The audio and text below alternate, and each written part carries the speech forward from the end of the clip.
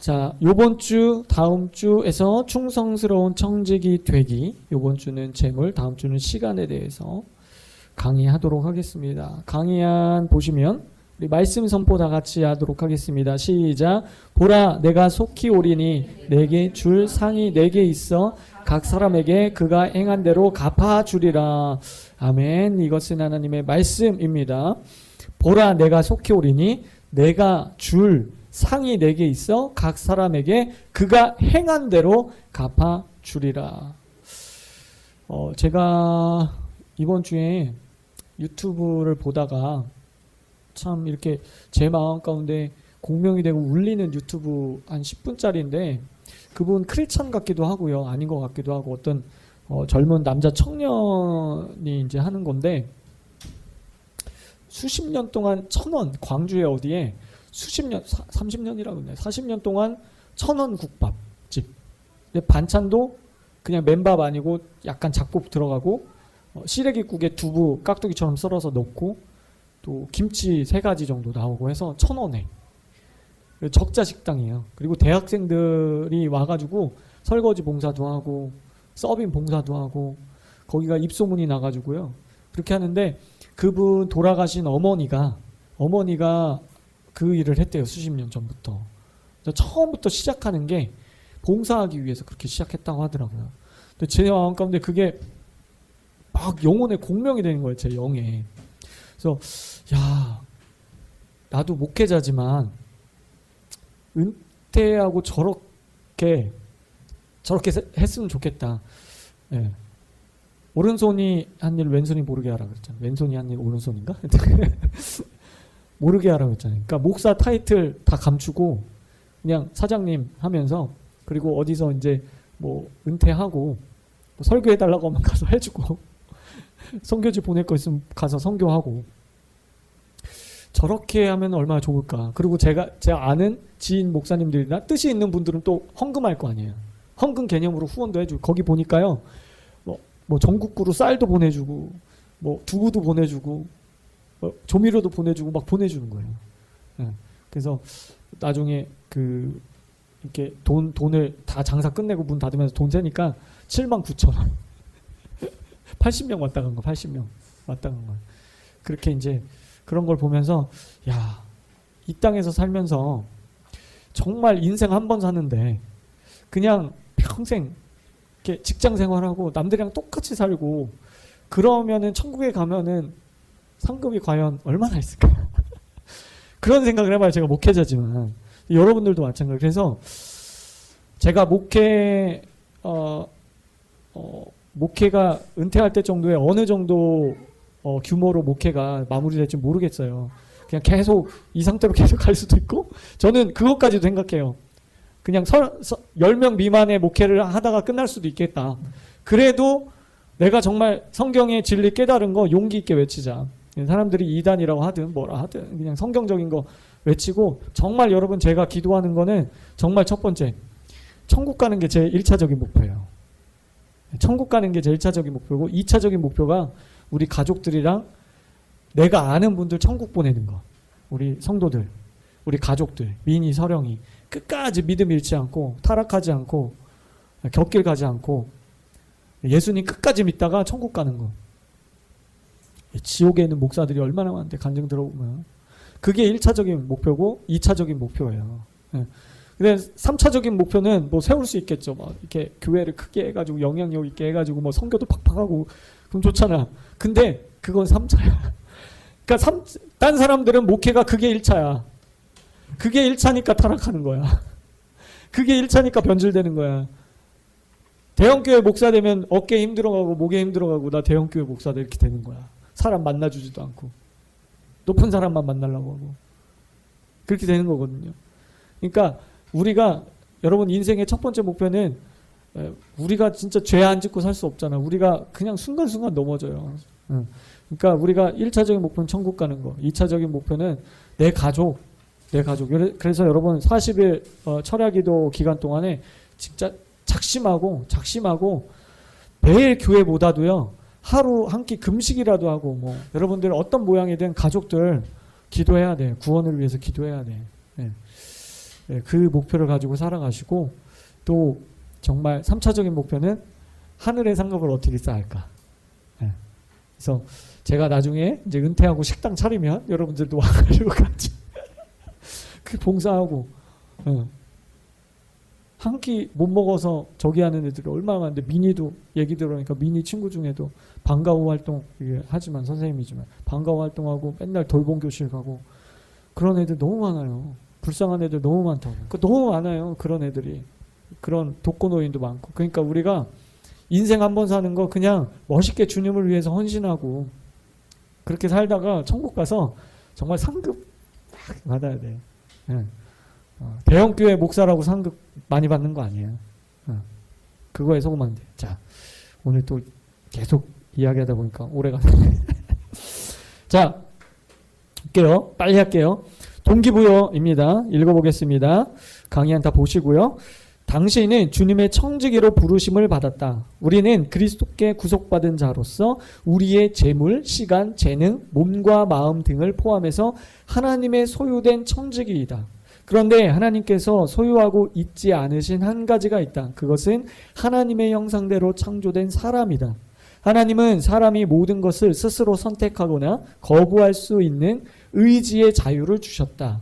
최초의 사람은 이 선택의 자유를 가지고 하나님께 죄를 지었다. 하지만 예수님은 그 죄의 값을 십자가에서 다 치르시고 피값으로 우리를 사셨다. 따라서 우리는 주님께 구속된 자들이며 주님의 청지기이다. 청지기란 남의 집이나 재산을 위탁받아 관리하는 사람 혹은 감독자를 말한다. 하나님께서는 온 우주의 창조자이시며 또한 그것의 소유권자이시다. 그러므로 구속받은 자들은 그분의 청지기로서의 삶을 경영해야 할 책임과 특권을 가지게 된다. 당신은 당신의 재물, 시간, 재능, 몸 등 모든 것이 그리스도로부터 왔고 그리스도께 드리는 산 재물이 되었다는 것을 꼭 기억하라. 로마서 12장 1절에서 2절, 마태복음 6장 33절이죠. 여러분은 재정을 맡은 청지기입니다. 여러분들은 그리스도께 구속받은 자들이죠. 구속된 자들이죠. 그러면은 모두 다 청지기로 부르심을 받았어요. 만일 여러분들에게 1억을 주님께서 주신다면 그것을 어떻게 사용하시겠습니까? 이미 받은 분도 계실 거예요. 만일 여러분들에게 주님이 10억을 허락하신다면 여러분 그거 어떻게 사용하시겠어요? 당신에게 100억이 또는 1000억이 주어진다면 그것을 어떻게 사용하시겠습니까? 플랜이 있어야 합니다. 당신이 세운 성경적 재정 원칙의 몇 프로를 하나님 나라와 이웃을 위해 사용해야 되는지 오늘 강의를 통해서 우리 충성스러운 청지기, 재정의 청지기, 재물의 청지기 되는 법들을 배워보도록 하겠습니다. 청지기라는 말은 내게 맡겨주신 것에 대한 관리자입니다. 주관자가 아니에요. 돈은 내 것이 아닙니다. 근데 우리가 내 것이라고 생각하죠. 몸도 내 것이라고 생각하고 시간도 내 것이라고 생각하니까 그러니까 욕심이 들어가는 거예요. 탐심이 들어가는 거예요. 목회자들도 마찬가지. 이렇게 강의하는 저도 마찬가지.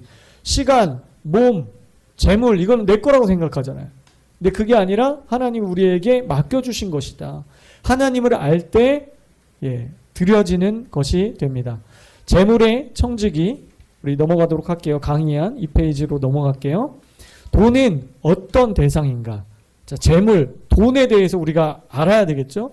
성경은 돈에 대해서 뭐라고 말씀하시는지 그것을 우리가 명확하고도 성경적으로 알아야 됩니다.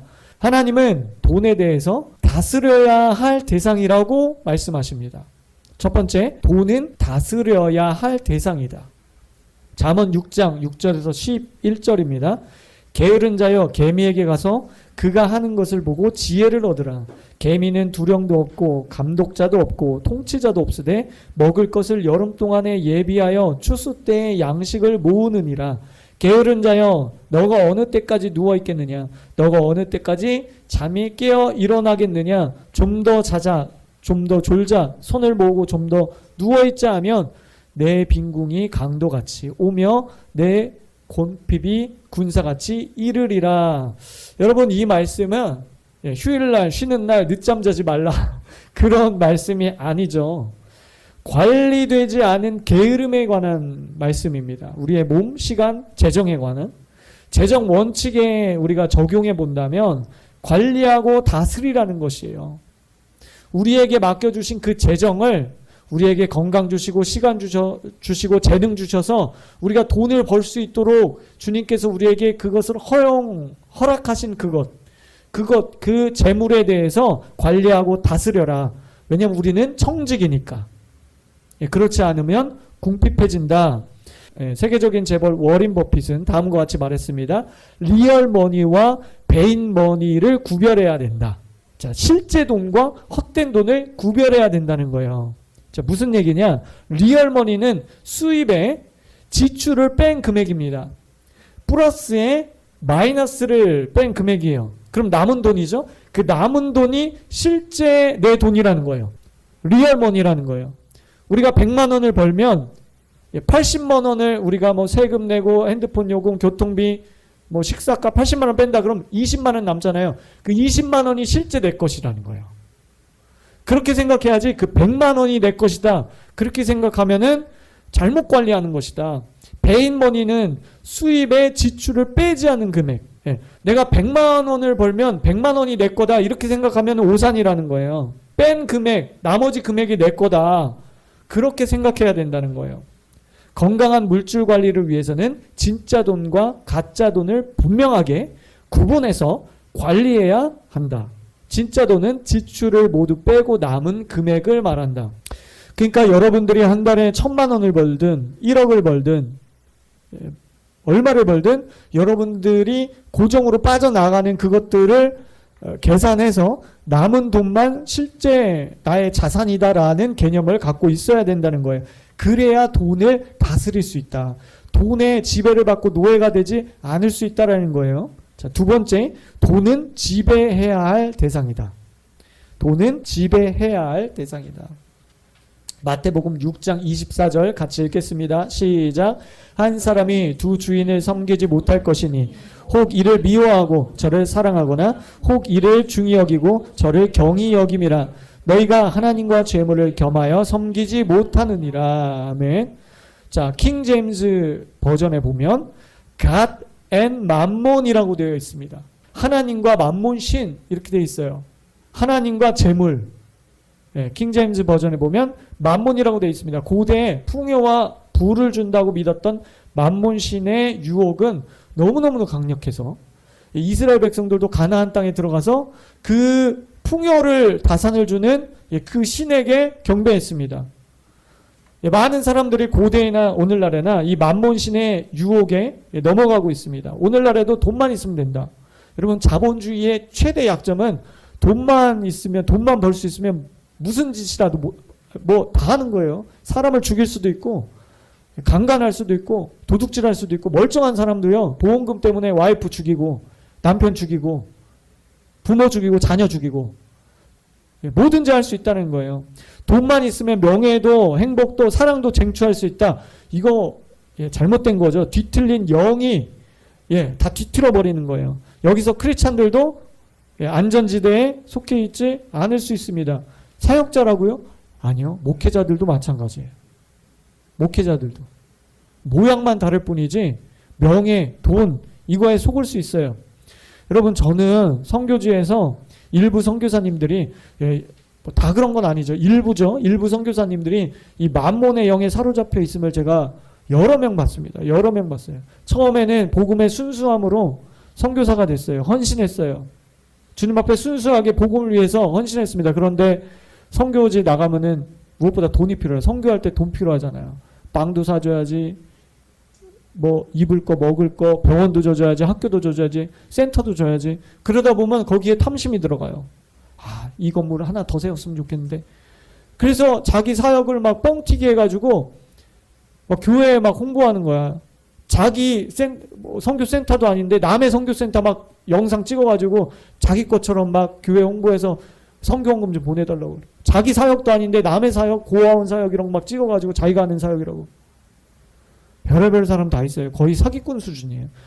여러분, 그분들이 처음부터 그랬을까요? 저는 처음부터 그랬다고 생각하지 않아요. 여러분, 자기의 그 인생을 다 포기하고 선교지로 떠난 사람들이에요. 순수하게 시작했지만 이 만몬의 유혹 때문에 타락하게 된다는 거예요. 거기 강의한 같이 한번 읽어보겠습니다. 하나님은 시작. 하나님은 경배해야 할 대상이고 돈은 지배해야 할 대상이다.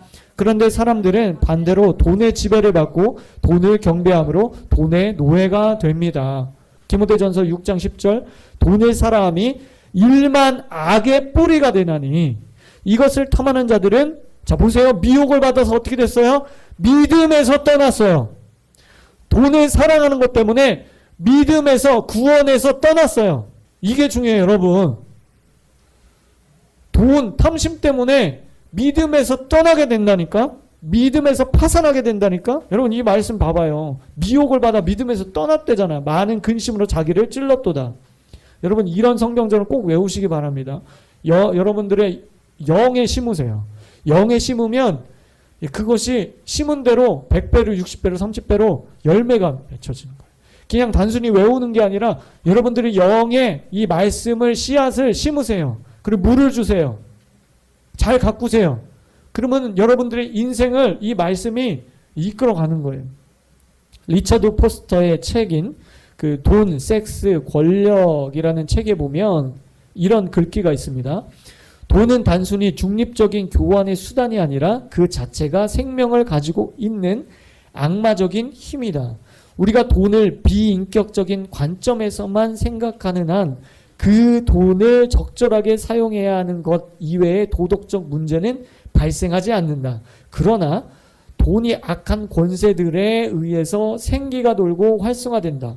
지상의 통치자들과 사회 제도와 다른 많은 일들의 배후에는 천사적이거나 악마적인 본성을 가진 영적이고 보이지 않는 권위와 세력이 있다. 우리가 돈을 비인격적으로 대하면 그냥 단순히 돈 자체는 중립적인 거죠. 그래서 그냥 우리 인간의 어떤 편리한 수단, 거래 수단으로만 중립적으로 대하면 아무런 영향을 우리에게 줄 수 없어요.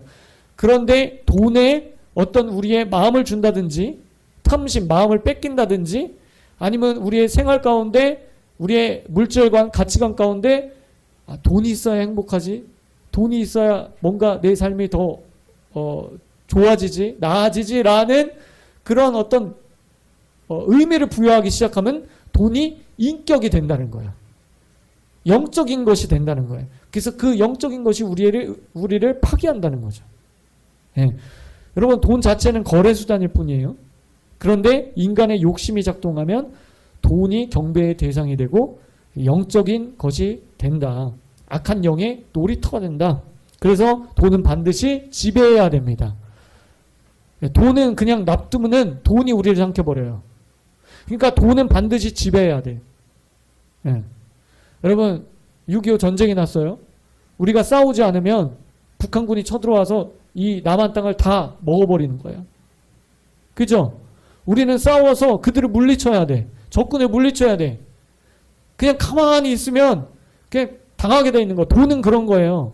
그냥 돈에 대해서 아무런 개념이 없으면 돈은 돈이지. 그냥 돈이 흘러가는 대로, 버는 대로 그냥 아무런 계획 없이 관리 없이 쓰면 돈이 나를 삼킨다는 거야. 그러니까 돈에 대해서 철저하게 우리가 지배하고 그를 다스려야 된다는 거죠.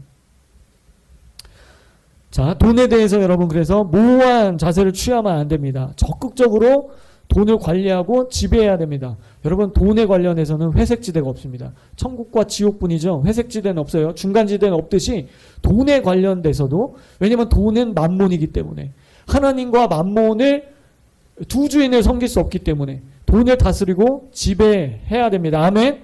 예, 세상의 전쟁의 범죄의 90%, 99% 이상은 돈 때문에 일어나요. 살인, 강도, 강간 이거 돈 때문에 일어나는 거예요.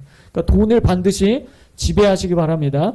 자, 우리 강의한 다음 주제 넘어갈게요.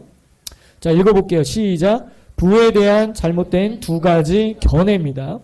자, 첫 번째는 돈이 축복의 전부라고 여기는 것. 이것은 비성경적입니다. 축복의 전부라고 여기는 것. 이것은 기복주의이기 때문에 잘못된 것입니다. 두 번째, 돈을 죄악시 여기는 것. 이것 역시 비성경적입니다. 물질만이 축복이라고 여기는 왜곡된 물질과는 기복주의에 근거한다. 반대로 물질 자체를 죄악시하는 이유는 물질을 악한 것이라 여기는 편견 때문에 그렇습니다. 과거에 1세기에 영지주의라는 게 있었어요. 초대교회. 그래서 베드로 전후서나 아니면 사도 바울의 서신서나 요한 1, 2, 3, 4 이런 거에 보면 그 영지주의를 경계하라 이런 말씀들이 있어요. 이단에 대해서 단호해라 이런 명령들은 대부분 성경에 나오는 이단에 관해서 경계해야 되고 단호해야 된다 이런 것들은 영지주의. 영지주의라는 건 뭐냐면은 영은 고귀한 거고 좋은 거고 선한 거고 우리의 육체적인 것은 악하고 세상적이고 나쁜 거다. 그래서 이 영지주의는요, 영은 좋은 거기 때문에 근데 이제 이 사람들이 그 헬라 문화권에는 그노시스라고 합니다. 지식을 굉장히 최고의 것으로 생각을 했어요. 그래서 히브리인들은 기적을 원했죠. 기적을 보여주십시오. 표적을 보여주십시오. 이랬는데 이 헬라인들은 그노시스, 지식. 그러니까 기적보다는 지식. 그래서 사도 바울이 헬라 지역에 로마 지역의 이방인들에게 복음 전할 때는 기적보다는 기적을 행하는 것보다는 어떤 논리적으로 복음을 설명하고 신학적으로 풀어냈습니다. 그렇죠. 구약을 풀고. 그래서 이 사람들은 지식을 최고의 하나님으로 생각했던 거예요. 근데 그것을 영적인 걸로 생각을 했어요. 그래서 영의 활동, 뭐 예배드리고 기도하고 뭐 수도사적으로 뭐 고행하고 이런 거는 굉장히 영적인 거고 좋은 거고, 그 다음에 육적인 거, 세상적인 거, 뭐 세상 직업을 갖는다든지 결혼해가지고 어떤 그 건전한 부부관계 속에서 육체관계를 한다든지 이런 것도 막 되게 비천하고 천한 거고 잘못된 거고 악한 걸로 생각했어요.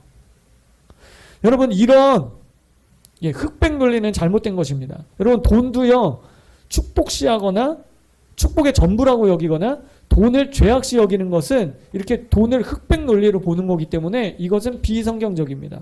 아브라함도 이삭도 야곱도 모두 큰 부자였습니다. 하나님으로부터 부의 복을 받은 자들이었어요. 그런데 그 복 때문에 그 부 때문에 하나님을 섬기는 것에 이탈되지 않았어요. 전혀 그 부를 다스리고 지배하고 정복했어요. 요셉의 창고로부터 열방이 구원을 받았습니다. 요셉에게 하나님이 부를 관리하고 지배하고 다스릴 수 있는 그 권위와 지혜를 주셔서 요셉의 창고로부터 수많은 영혼들이 목숨을 건질 수 있었어요. 재정의 청지기로서 일어나라 빛을 발하라 그런 사람이 돼야 될 줄 믿습니다. 넘어갈게요. 자, 성경적 물질관과 지혜로운 청지기에 대해서 배워보도록 하겠습니다. 첫 번째 1. 성경은 탐욕주의 또는 금욕주의를 가르치지 않습니다. 좀 전에 봤던 건가 좀 일맥상통한 건데, 자 같이 읽어볼게요. 강의한 시작. 성경은 재물에 대해서 집착하는 탐욕주의나 수도다가 되라고 가르치지 않는다. 다만 예수님은 가이사의 것은 가이사에게, 하나님의 것은 하나님께 드리라고 말씀하신다. 속된 것과 세상적인 것과 거룩한 것을 구분하라. 그것입니다. 두 번째, 성경은 물질에 대해서 청지기 의식을 가르친다. 한자로 관청청이고요. 고들직입니다. 영어로는 스튜어스, 승무원이에요. 관리자라는 뜻이에요. 그리스도인이 가져야 할 청지기 의식은 하나님이 주신 재물을 어떻게 하면 깨끗하고 거룩하게 다스리고 사용할까라는 고민에서 비롯된다.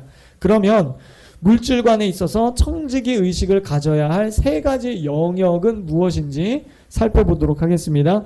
첫 번째, 하나님께 깨끗해야 합니다. 11조와 헌금 생활입니다. 눈에 보이지 않는 하나님을 우리가 어떻게 섬깁니까? 주님의 말씀을 따라 행함 있는 믿음으로. 행함 있는 믿음은 눈에 보이죠. 눈에 보이게 나타나는 거예요. 네 믿음을 보이라 그랬잖아요. 야고보서에.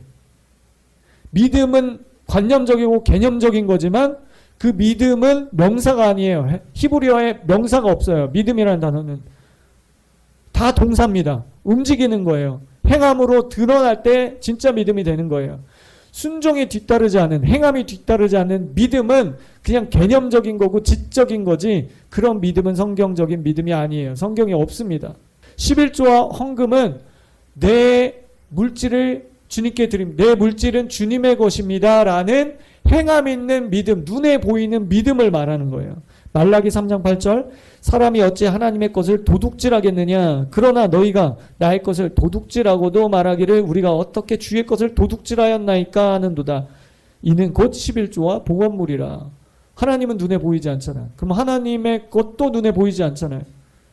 그러나 하나님은 11조와 헌금은 나의 것이다.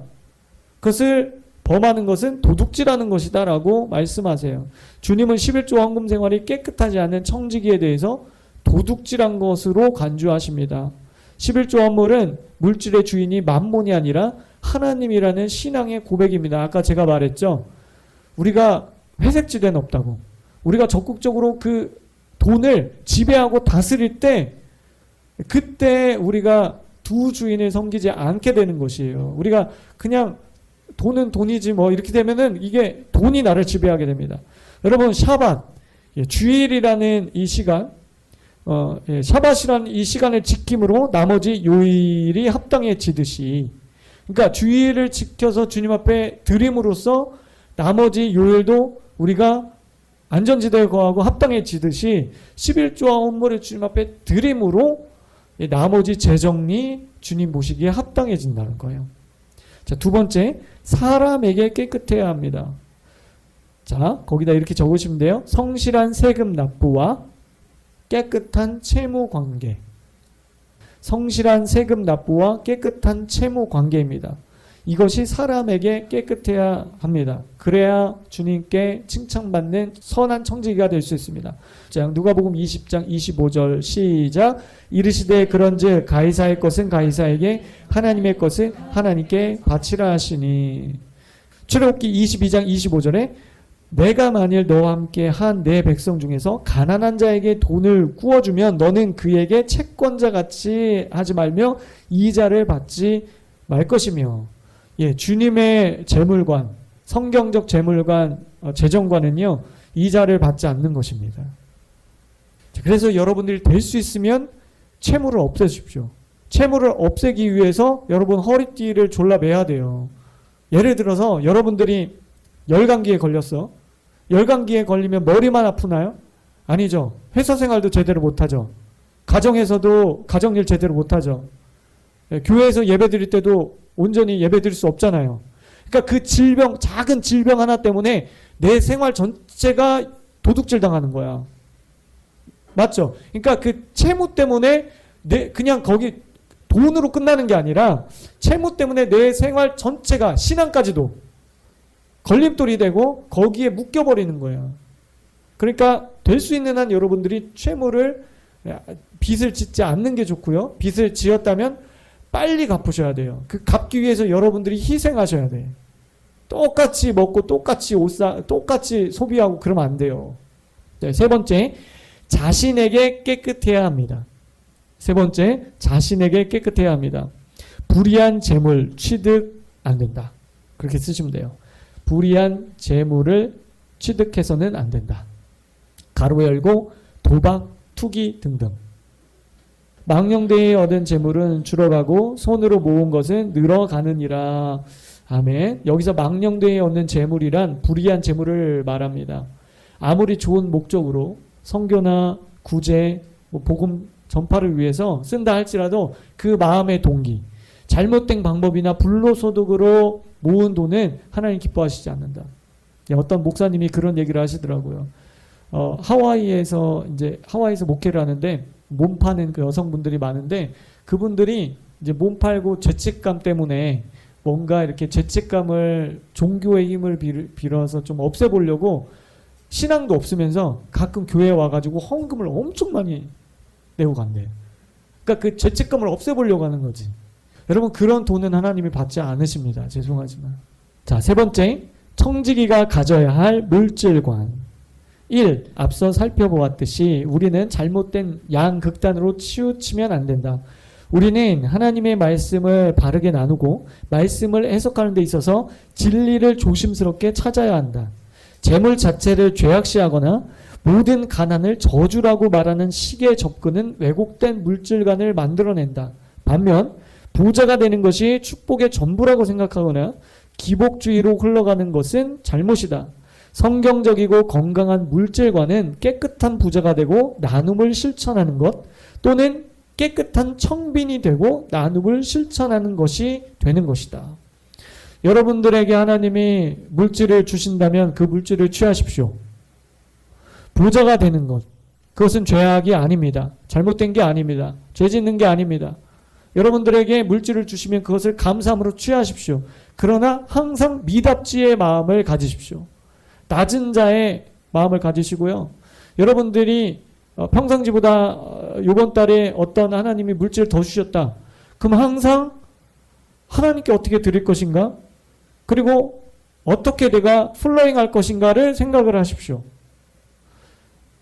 제가 이렇게 외부 강의를 뭐 창조과학이나 아니면은 이런 강의를 부탁해서 나갈 때 제가 원칙을 세운 게 있어요. 제가 뭐 이렇게 외부 강사로 많이 다니지는 않았지만 가면 제 나름대로 원칙이 있어요. 거기서 받은 강사비를요 정말 저희 와이프한테 기본적인 것만 주고요. 다 플로잉 하자. 왜냐면은 나는 그냥 정기적으로 교회에서 사례비를 받잖아. 그것으로 생활하면 되고 내가 이게 하나님이 그 달에 뭔가 조금 물질을 더 주시면 그것을 흘려보내는데 많은 부분 흘려보내는데 쓰자. 그래서 저번에 우리 부천에 어디 설교 좀 해달라고 해서 이제 가서 사례비를 받았는데 그때 30만 원 받았나? 40만 원 받았는데요. 10만 원씩 해서 3명 제가 아는 선교사님 또 캠퍼스 간사님 10만 원씩 해서 3명 후원해 줬어요. 그분들이 놀래. 아니 개척교회 목사가 내가 헌금해야 되는데 어떻게 내가 이걸 어떻게 받냐고. 제가 이제 솔직하게 사실 제가 어디서 이제 강사비가 왔는데 하나님 감동 주셔서 이렇게 다 흘려 보낸다. 그러니까 걱정하고 하지 말고 받으시라고. 그럼 받겠다고. 그래서 그렇게 안심시켜드리고 드리게 합니다. 그러니까 여러분들이 이렇게 선한 어떤 계획을 세우는 것도 중요하고 물론 다 저처럼 할 필요는 없어요. 그러나 하나님 앞에 흘려보내고 어떤 이웃에게 흘려보낼 수 있는 그런 마음의 여유가 필요합니다. 또는 깨끗한 청빈이 되고 나눔을 실천하는 것이 되는 것입니다. 여러분 깨끗한 청빈이 있습니다. 그냥 사단에 눌려서 재정이 막 그냥 다 도둑 맞아가지고 가난하게 된 그 가난 말고요. 가난해야 뭔가 믿음이 좋은 거다. 이건 잘못입니다. 이건 100% 잘못이에요. 그 가난의 사고방식이에요. 그거는 축사돼야 돼요. 그 사고방식은. 내가 주님을 위해서 청빈한 것은 그거는 좋은 겁니다. 그건 은사예요. 그래서 그런 분들에게 1차적으로 여러분 흘려보내셔야 돼요. 그런 분들에게. 그러면 하나님의 축복의 손이 여러분들을 축복합니다. 왜냐하면 나의 사명을 받아서 청빈하게 된 그 어떤 사람을 플로잉하는 거기 때문에 거기에 하나님의 축복이 임하게 되는 거예요. 자, 두 번째, 바울은 재물의 청지기들에게 재물에 대한 분명한 기준을 제시하고 있다. 빌립보서 4장 11절에서 12절입니다. 다 같이 시작. 내가 궁핍함으로 말하는 것이 아니니라. 어떠한 형편에든지 나는 자족하기를 배웠노니 나는 비천에 처할 줄도 알고 풍부에 처할 줄도 알아. 모든 일 곧 배부름과 배고픔과 풍부와 궁핍에도 처할 줄 아는 일체의 비결을 배웠노라. 예, 바울은 자족하는 마음이 있었습니다. 이것을 일체의 비결이라고 했습니다. 이 일체의 비결을 배우시기 바랍니다. 작은 것에 감사하고 큰 것에 자만하지 않을 수 있는 비결을 배웠다는 거예요. 우리의 삶 속에도 우리의 인생 가운데 비천과 풍부가 찾아옵니다. 여러분 삶 가운데 비천할 때가 있어요. 풍부할 때가 있습니다. 그랬을 때 여러분들이 일체의 비결을 배운 자들이 돼야 됩니다. 예, 그래야 이 물질을 관리하고 다스릴 수 있어요. 내가 비천하게 될 때 그냥 막 은행 빚 카드 깡 하면 안 돼. 그러면 안 돼.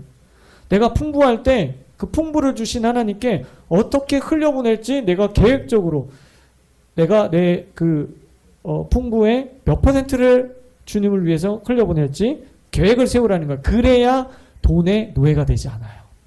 지혜롭게 돈을 다스리는 두 가지 방법입니다. 첫 번째는 반복입니다. 두 번째는 통제입니다. 첫 번째 반복, 잠언 6장 6절 그리고 8절입니다. 게으른 자여 개미에게 가서 그가 하는 것을 보고 지혜를 얻으라. 먹을 것을 여름 동안에 예비하여 추수할 때의 양식을 모으느니라. 예, 하나님이 창조하신 개미의 특징을 보고 지혜를 배우라는 거예요. 첫 번째는 반복이에요. 매일매일 성실하게 반복해서 일하고 재화, 뛰어난 재주죠. 그 일을 할 수 있는 재주, 재화를 모으는 일이 무의미하게 우리가 느껴질 수 있어요. 아, 이거 맨날 다람쥐 쳇바퀴 도는 이 회사 생활. 그렇게 여러분들이 생각할 수 있지만 이 반복의 힘은 안전한 미래를 보장해 줍니다. 두 번째는 통제입니다. 잠언 6장 7절 개미는 두령도 없고 감독자도 없고 통치자도 없으되. 개미는 감독자와 통치자도 없지만 스스로 자신을 통제할 수 있습니다. 여러분이 물건을 구매할 때 필요한 것과 시급한 것을 중심으로 우선순위를 결정을 해야 됩니다. 예, 그리고 리스트를 만들어서 합리적으로 소비 생활을 해야 됩니다. 하나님이 기뻐하시는 재정관리, 거기 제가 박스를 만들어 놨습니다. 자, 리얼머니와 베인머니를 구분하시면서 체크해 보시고요. 가이사의 것과 하나님의 것을 구분하면서 여러분들이 재정계획을 세우시기 바랍니다. 여러분, 이런 재정계획을 세워야지 돈을 지배하고 돈을 관리할 수 있어요. 돈의 노예가 되지 않을 수 있어요. 그래서 예산을 합계를 합니다. 그래서 리얼머니와 베인머니가 구분이 돼요. 전체 수입과 그 다음에 지출을 다 빼버리면 남는 돈이 있죠. 그거를 저축을 하셔야 돼.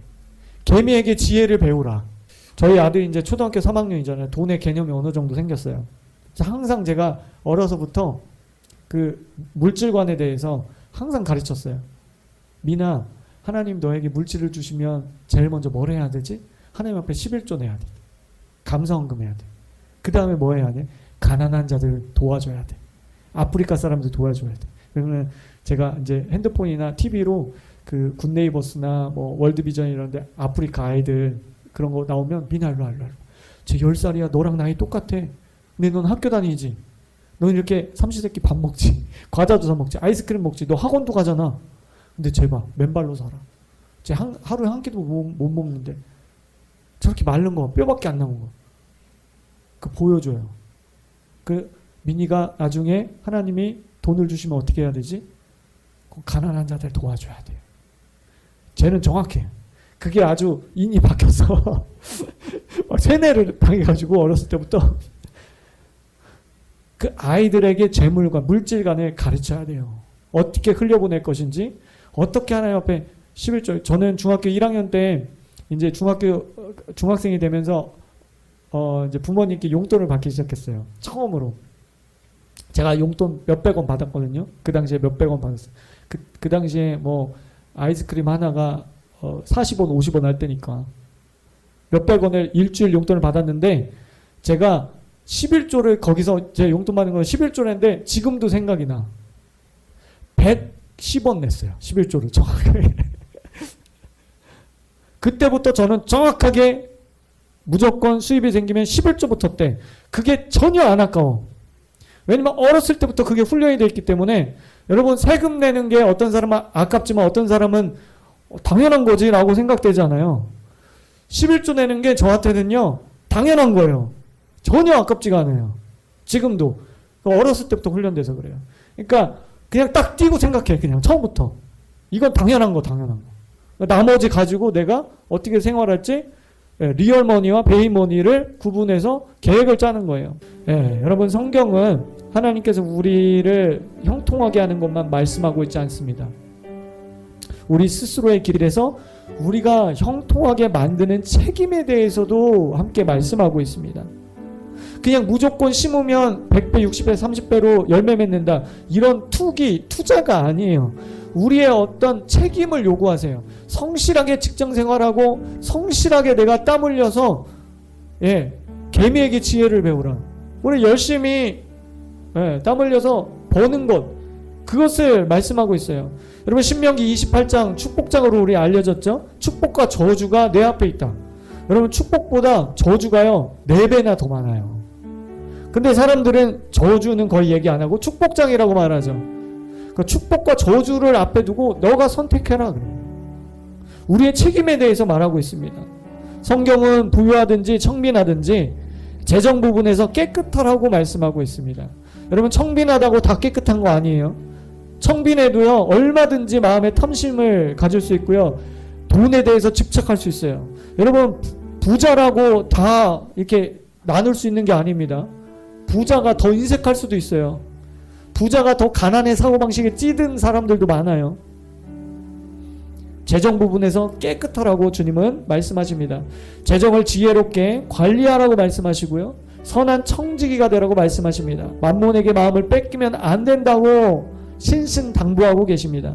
부자에게 만몬의 영이 역사할 수 있지만 가난한 자에게도 더 강한 만몬이 역사할 수 있다는 거 여러분 기억하시기 바랍니다. 그래서 돈은 지배하고 다스려야 된다. 자, 결론입니다. 재물에 관한 균형과 건전한 가르침인데 제가 조금 유아틱하게 해봤어요. 다음 문항을 읽고 맞으면 O, 틀리면 X 하시오. 자, 4가지 문항이 있습니다. 우리 같이 해볼게요. 첫 번째, 하나님은 그의 자녀들을 축복하시고 부욕해 되기를 원하십니다. O입니까? X입니까? O입니다. 이거는 성경적이에요. 돈은 모든 그리스도인들이 피해야 할 악한 것이다. O입니까? X입니까? 이것은 X예요. 부자가 되는 것이 믿음의 요점이다. X입니다.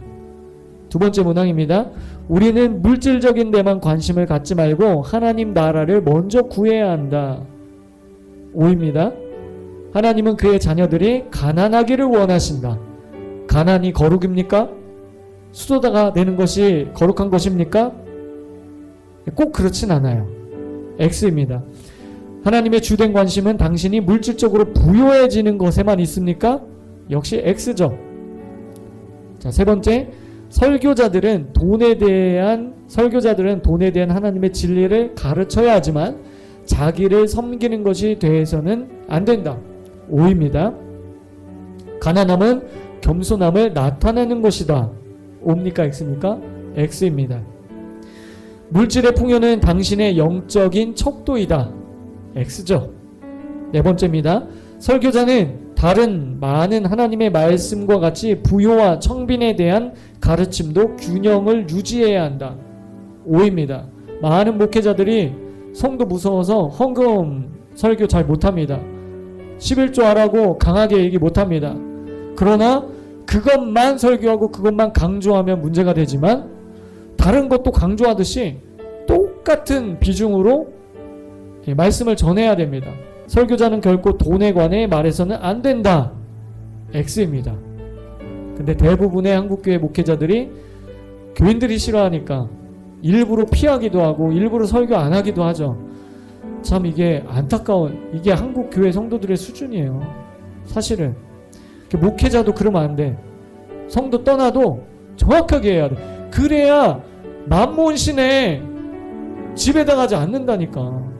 설교자는 다른 어떤 주제보다 돈에 대해서 많이 가르쳐야 합니까? X죠. 자, 우리 여호수아 1장 8절 말씀을 우리 다 같이 크게 선포하고 우리 주님 나에게 이 돈을 지배하고 다스릴 수 있는 권위를 주시옵소서. 우리 기도하겠습니다. 선포하겠습니다.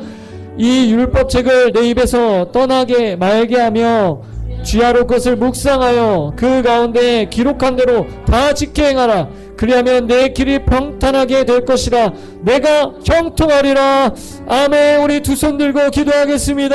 성경적인 형통이 임할지어다. 명분 있는 형통이 임할지어다.